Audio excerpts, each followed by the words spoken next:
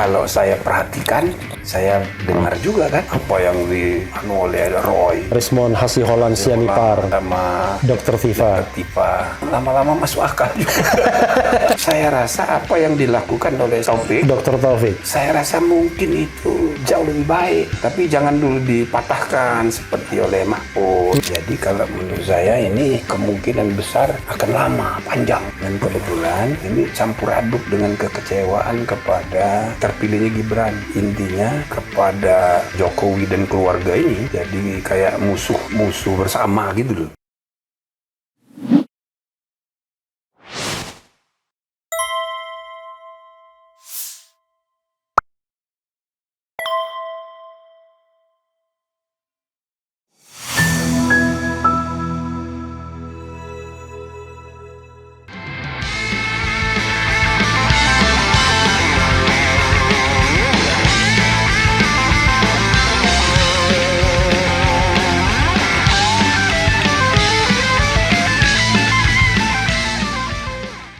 Assalamualaikum warahmatullahi wabarakatuh. Sobat RH sekalian, jumpa lagi kita di channel yang keren ini. Keren. Ya sobat RH sekalian, saya bersama mantan Ketua Mahkamah Konstitusi, mantan anggota DPD, kayaknya mantan One Team Press juga, dan sekarang sibuk kembali ke kampus sebagai pengajar dan juga running Jimli School Law and Government, Profesor Jimli Asdiki. Assalamualaikum warahmatullahi wabarakatuh, Prof. Salam. Luar biasa, Prof. Prof, langsung to the point ya. Kan biasanya Prof itu terkenal dengan breakthrough-nya. Kita ingin tahu ya, terlepas dari sikap saya nih, Prof ya, terlepas dari sikap yang lainnya juga, sebenarnya apa observasi Prof terhadap kasus atau carut marut mengenai ijazah Jokowi ini? Kita nggak bilang palsu dan tidak palsu, tetapi yang jelas ijazah Jokowi. Dan terserah Prof mau melihatnya dari sudut apapun. Silakan, Prof. Ya, ijazah ini apa ya?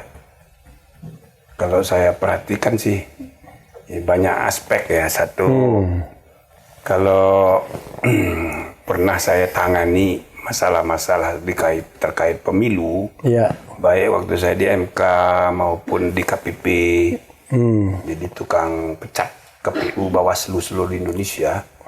Di antara kasus terbanyak yang bisa diambil kesimpulan bahwa paling mudah pembuktiannya, paling mudah dijadikan alat untuk menjatuhkan lawan politik, ya, ialah isu ijazah. I see. Nah, jadi kasus ijazah palsu itu banyak sekali. Banyak sekali. Dan itu baik untuk pilkada maupun pileg, ada aja cara menjatuhkan ijazah, karena administrasi ijazah ini yang masih bermasalah sejak lama, apalagi kalau tingkatnya SD, SMP gitu. Nah, maka mulai 2014, sebelumnya kan untuk jadi caleg itu cukup SMP. Ya. Nah, dinaikkan jadi SMA. Nah, jadi itu yang saya sehingga begitu mendengar ada isu ini, ya ini cara menjatuhkan lawan politik. Kalau kita nggak suka sama orang, cari itu urusan ijazahnya. Nah, gitu loh. Ya kan? Ya. Nah, kadang-kadang memang ada masalah tentang administrasi ijazah itu. Oke. Saya rasa ijazah saya juga kalau dipersoalkan bisa kena juga saya ini. Ijazah tidak iya saya itu. Beda namanya itu dengan sekarang cara nulisnya. Oke. Kan spellingnya beda. Ya, spellingnya beda dan kepanjangannya juga cara nulisnya beda. Kalau sekarang Assidiki. Iya, iya. Kan? ASSHIDDIQIE.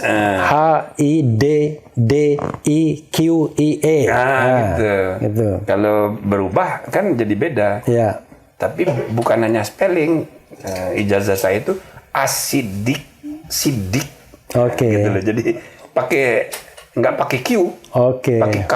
Tapi asidik. Gitu. Jadi banyak sekali ditemukan. Jadi cermin dari peradaban administrasi kita masih rendah. Nah, yang kedua, kalau saya perhatikan, saya dengar juga kan, Iya. apa yang oleh Roy Suryo, siapa namanya, Rismon Hasiholan Sianipar, sama Dr. Tifa. Tifa. Ya lama-lama masuk akal juga. Nanti sebelum saya tanya yang agak menukik gitu, begini Prof, kan kalau kita bicara ijazah itu kan, kalau kita bicara tentang asli dan tidaknya, kan bisa jadi ijazah itu asli, tetapi cara memperolehnya tidak benar. Iya bisa macam-macam. Iya macam-macam kan. Nah jadi bisa aja ijazahnya benar, tapi ternyata tadi belangko dari belangko institusi pendidikannya, ada orang dalam dan lain sebagainya. Nah, karena itu kan juga dilihat dari skripsinya kan misalnya. Kalau skripsinya tidak ada atau bermasalah, ya pasti skripsinya bermasalah kan. Iya. Itu. Tapi begini Prof, yang ingin saya terlepas ini kan, Prof kan banyak tuh pergaulannya di pemerintahan, di politik, di society. Apa struggle for power gini? Sebenarnya kalau tadi Prof mengatakan ini cara untuk menjatuhkan lawan politik. Tapi kalau kita lihat soal ijazah ini, justru yang pertama kali menyebutkan palsu itu namanya Bambang Trimulyono. Dia membuat tulisan buku karena dia itu mantan wartawan. Dia wartawan bukan mantan wartawan waktu itu. Dia membuat buku Jokowi Undercover. Laki-laki yang tidak memiliki ijazah apa begitulah. Tapi bukan UGM itu masih ijazah SMA. Iya, jadi yang dipermasalahkannya itu SD, SMP, SMA. Nah, tetapi dalam kesimpulan dia itu memang agak ekstrim bahwa Pak Jokowi tidak lulus SMA. Itu kesimpulan dia.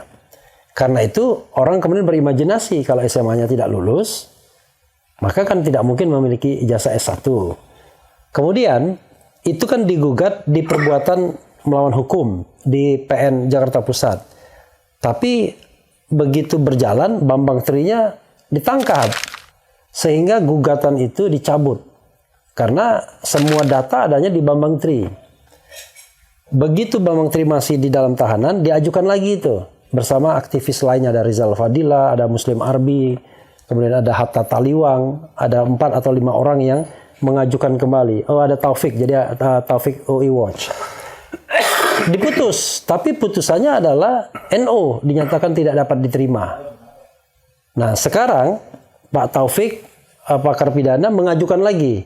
Tapi ada juga kemudian akhirnya teman-teman yang tadinya tidak ke ranah pidana, Egy Sujana CS, akhirnya melaporkan ini ke Bareskrim Mabespori tanggal 9 Desember. Tidak diproses. Tapi baru diproses setelah Pak Jokowi mengadukan pencemaran nama baik. Jadi kalau misalnya baru diproses maksudnya dua-duanya diproses. Dua-duanya diproses sekarang. Baguslah. Dua-duanya diproses. Biar adil. Ya, tetapi proses terhadap pencemaran nama baik ini kelihatan jauh lebih masif, lebih cepat. Karena hari itu melapor, hari itu juga diperiksa. Tapi lucunya adalah tidak jelas siapa yang dilaporkan. Masih teka-teki. Nah, dari 3 fora ini, kalau sebagai statesman, ya kan, negarawan, Prof. Kan sebenarnya kan rakyat ini terlepas soal rivalitas politik misalnya. Rakyat ini kan punya right to know. Hak untuk tahu.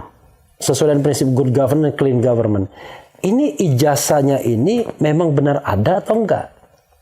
Fake atau original? Nah, ada 3 forum sekarang berkembang. Ya. Tetapi bisa jadi 3 forum tersebut tidak sampai kepada pembuktian adanya ijazah itu. Mungkin suggestion Prof seperti apa sebaiknya? Ya, jadi kalau dipelajari ya, karena ini udah meluas masalahnya, jadi bukan lagi soal jadi campur aduk ini. Ya kan? Politik, hukum, macam-macam. Jadi kalau menurut saya ini kemungkinan besar akan lama, panjang. Oke. Dan kebetulan ini campur aduk dengan kekecewaan kepada terpilihnya Gibran. Oke. Ya kan? Ya. Intinya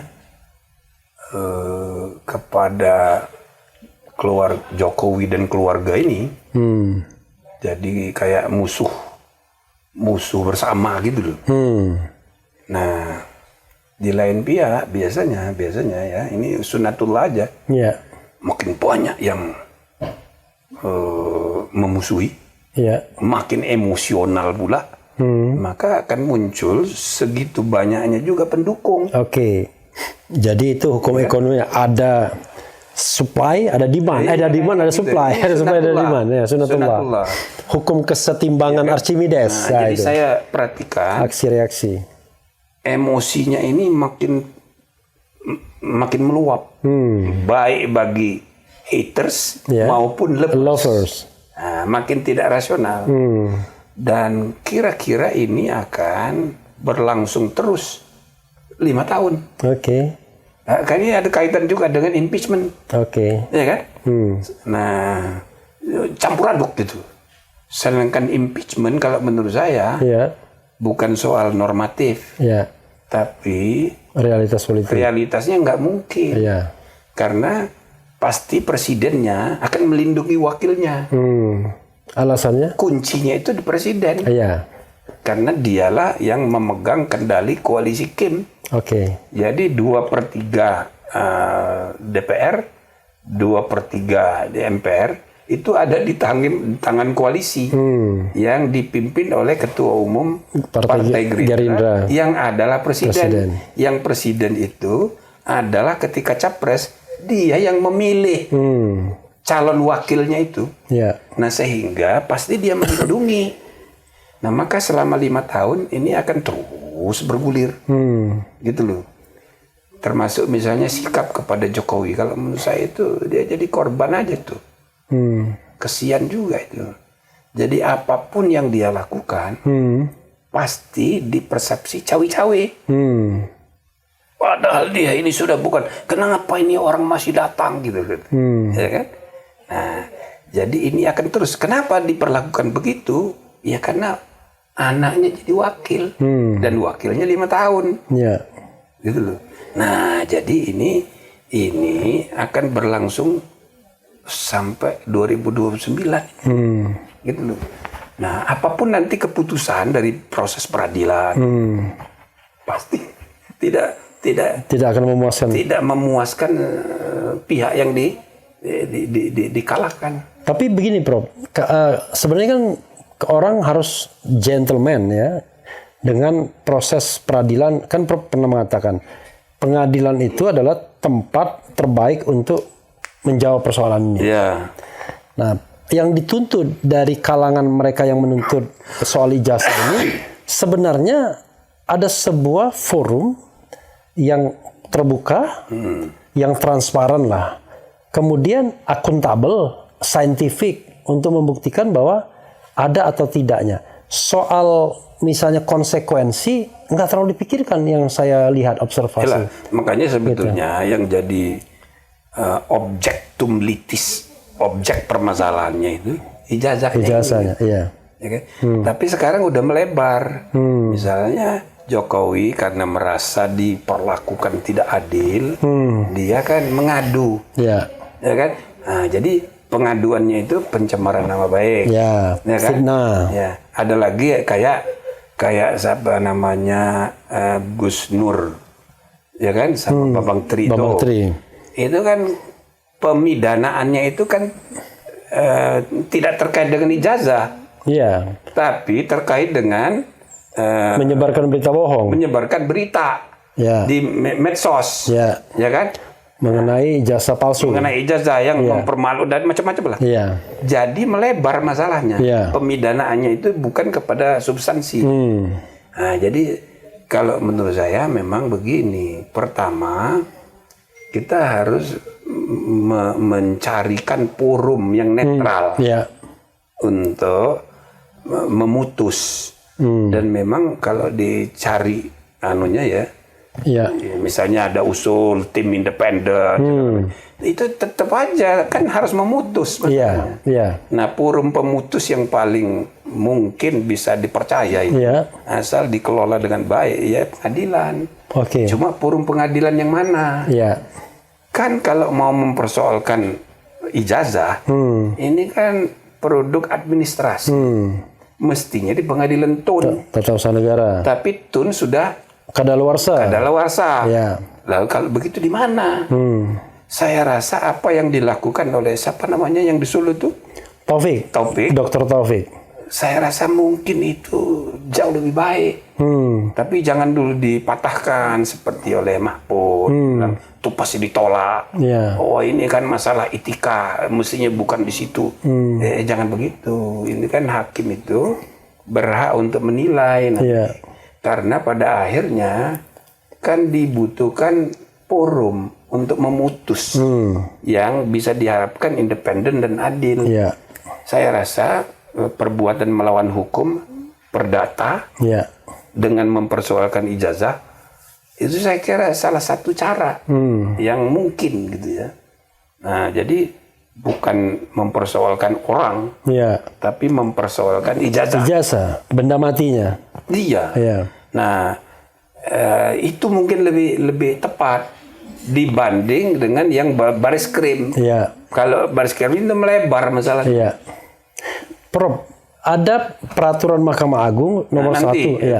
Nanti kalau sudah terbukti bahwa Iya. ijazahnya palsu, nah baru pemidanaan. Iya, iya. Ini orang melakukan kebohongan publik. Seluruh rakyat Indonesia dibohongi. Iya. Bisa begitu. Iya. Tapi dibuktikan dulu status ijazah. Iya. Ya kan? Tapi sebaliknya kalau misalnya terbukti ini benar, ya kan? Case close. Case close. Iya. Ya kan? Tidak perlu lagi mempersoalkan kan orang kayak siapa namanya Roy Suryo. Itu kan karena kegalauan pribadinya dia. Jadi kan memang ada alasan bahwa dia mempersoalkan. Jadi case close saja, tutup. Nggak usah lanjut ke pemidanaan. Prof, yang Prof katakan itu memang ada mekanismenya. Itu Perma nomor 1 tahun 56. Jadi Perma itu mengatakan kalau ada kasus perdata dan pidana jalan bareng, maka diselesaikan perdatanya untuk menentukan hak-hak keperdataan. Nah ini kan kalau misalnya hak keperdataannya itu sudah jelas bahwa misalnya pemilik ijazah dan itu asli Jokowi kan selesai. Pidananya kan nggak perlu lagi. Iya. Nah cuman persoalannya Prof, ini tiga-tiganya jalan. Jadi yang pidananya nggak di stop. Bahkan sudah memanggil bukan saksi istilahnya apa, pihak yang diundang untuk klarifikasi. Walaupun klarifikasi tapi Itu kan masih baris krim, belum ke pengadilan. Tapi Polda juga ada jalan juga. Polda. Iya, itu kan masih tingkat penyidikan. Nanti di pengadilan bisa punya kebijakan bahwa itu di hold, ditunda gitu sampai putusan di Jogja apa Solo itu? Di Solo. Itu. Di Solo. Nah, itu didahulukan.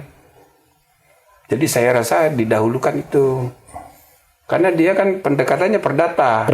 Mempersoalkan ijazahnya. Iya. Itu kan hanya cari cara aja. Iya. Sebetulnya yang paling tepat itu di tun. Iya. Nah, jadi tun ini harus dievaluasi juga. Harusnya dia tidak perlu terlalu membatasi hak konstitusional orang untuk mempersoalkan produk administrasi yang dianggap melanggar. Iya. Harusnya bisa diterobos itu. Yang waktu itu. Soal waktu itu. Tapi begini, ada satu hal yang kemudian agak menghambat untuk di Solo itu, karena akhirnya Pak Jokowi tidak bersedia untuk mediasi. Jadi mediasi itu deadlock. Karena dalam mediasi itu kan penggugat minta ditunjukkan ijazah aslinya. Dan itu ditolak. Sehingga masuk ke proses utamanya. Nah, tetapi sepertinya pembuktian ijazah itu tidak akan terjadi juga di sana. Karena ijazahnya sudah diserahkan ke Bareskrim. Kecuali tadi ada perintah pengadilan Bareskrim untuk menyampaikan kembali. Bisa gitu. Aja antar pengadilan kan bisa saling Cuma ada persoalan lain, Prof, mungkin terakhir ini ya. Soal independensi dan netralitas. Mungkin tepatnya netralitas. Jadi saya itu sengaja bikin polling iseng-iseng di channel saya untuk melihat apakah mereka percaya polisi itu akan netral memproses soal ijazah palsu ini. Ada 103.000 yang ngisi polling. Banyak kan 103.000, walaupun tentu tidak seperti metode mereka melakukan survei. Itu hanya 7% saja yang percaya bahwa polisi atau penegak hukum akan bertindak netral. 93% tidak setuju. Nah, persoalan trust ini. Gitu. Makanya jangan ke pidana. Jangan dulu ke pidana, biar yang perdata itu aja dengan fokus pembuktian ijazah. Memang pengadilan pun belum tentu dipercaya. Iya. Tapi setidak-tidaknya jauh lebih baik ya ketimbang melibatkan polisi melalui proses pidana. Jadi imbauan Prof paling tidak saya rasa lebih baik ya semua pihak itu ya menaruh kepercayaan pada pengadilan di Solo itu. Di Solo. Karena ini kan harus ada jalan untuk membuat orang itu reda gitu loh. Nah, satu-satunya jalan itu ya pembuktian mengenai ijazah itu. Artinya sampai tahap pembuktian. Ya nanti dulu soal pemidanaan. Belakangan. Itu baik memidanakan para pelapor maupun terlapor. Maupun terlapor. Nanti dulu lah. Ya. Gitu saya rasa. Oke. Artinya Prof mendorong agar kasus ini tidak DNO kan? Artinya sampai tahap pembuktian. DNO dibuktikan. Soalnya kalau di Pengadilan Negeri Jakarta Pusat DNO. Nah itu jadi salah satu fungsi pengadilan itu membuat solusi. Oke. Jadi bukan membuat putusan menang atau kalah. Jadi bukan menang kalah. Jadi hakim itu harus membuat solusi. Nah itulah sebetulnya aliran utilitarian. Tentang tujuan hukum itu harus bermanfaat. Kemanfaatan. Kemanfaatan itu maksudnya solutif gitu. Bukan sekedar oh ini menang, oh ini kalah, bukan begitu. Nah itu di tangan hakim. Nah hakim saya harapkan dimulailah dulu hakim di Solo itu. Jadi dia bisa menghentikan proses hukum. Kalau di Bareskrim itu sudah sampai ke pengadilan, dia bisa hentikan, bereskan dulu itu, ya kan? Nah, baru dibuktikan, jangan DNO. Nah, ini harus dibuktikan, benar atau tidak benar. Maka UGM dipanggil, ya kan? Bukan hanya rektornya nggak tahu apa-apa itu.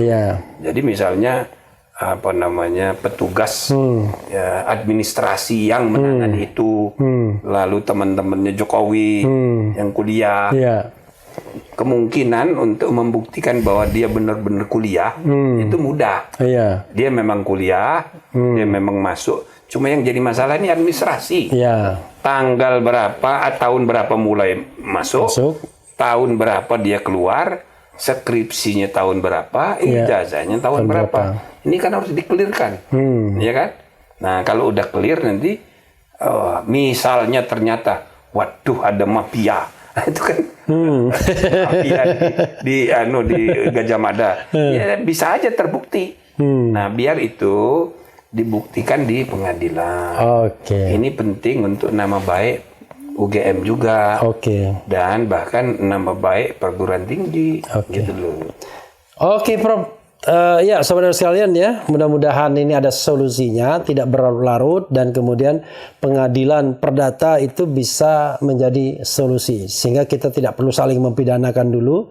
Yang paling penting adalah ada klarifikasi, clearance terhadap jangan sampai orang seperti Gus Nur, Bambang Tri itu bertambah lagi di penjara tanpa tahu. Jadi fungsi penjara itu ya itu untuk resosialisasi. Maka namanya dulu penjara. Sekarang namanya LP lapas. Lembaga Pemasyarakatan. Maksudnya untuk resosialisasi. Tapi orang masuk penjara sekarang ada 3 macam. 30% itu penjahat. nggak tobat. Oh, nggak tobat. Oke. Jadi nggak tobat dan malah dendam. Oke. Karena merasa dizalimi. Oke. Dan banyak sekali, itu jumlahnya 30%. 30%. Nah, yang kedua yang tobat itu cuma 30%. 30%. Tapi yang gawat tuh yang 40%. Apa? Yang 40% itu makin jadi. Makin Jadi penjara itu nggak efektif. tidak efektif. Penjara itu hanya ya efektif 30%.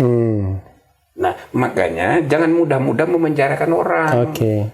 Jadi itu bukan solusi. Oke. Dan tidak kapok juga dia. Ya itu dia tidak kapok Iya. itu. Yang 30% pertama Iya. yang marah-marah itu. Iya. Jadi orang kayak Gus Nur, Iya. orang kayak Bambang Tri. Tri, sampai mati dia Nggak terima. enggak terima. Iya. Dia merasa dizalimi. Iya. Nah, itu contoh gitu. Iya. Maka para hakim, para penegak hukum harus memahami bahwa ya pemenjaraan itu bukan solusi. Gitu loh. Oke. Untuk memperbaiki kualitas perilaku publik. Pemenjaraan itu hanya sukses 30%. Nah, untuk kasus ini sudah terbukti ada Gus Nur Dan ada Bambang Tri. Ya. Artinya tidak akan efektif untuk membenahi kelakuan manusia Indonesia. Jadi itulah sebabnya para ahli sejak para filosof sudah berabad-abad menyebut ultimum Remedium. untuk yang namanya pemidanaan. Jadi peradilan pidana itu harus belakangan. Oke. Walaupun mantan presiden yang langsung mengadu, tunggu dulu, ini terakhir. Oke. Nah, tapi kalaupun misalnya polisi sudah segera bertindak, boleh aja, karena dia merasa nggak enak juga kan. Iya. Nah, tapi nanti di tangan hakim yang menangani itu harus betul-betul dipastikan ini ultimum remedium. Dan yang kedua, jangan gampang-gampangan memenjarakan orang.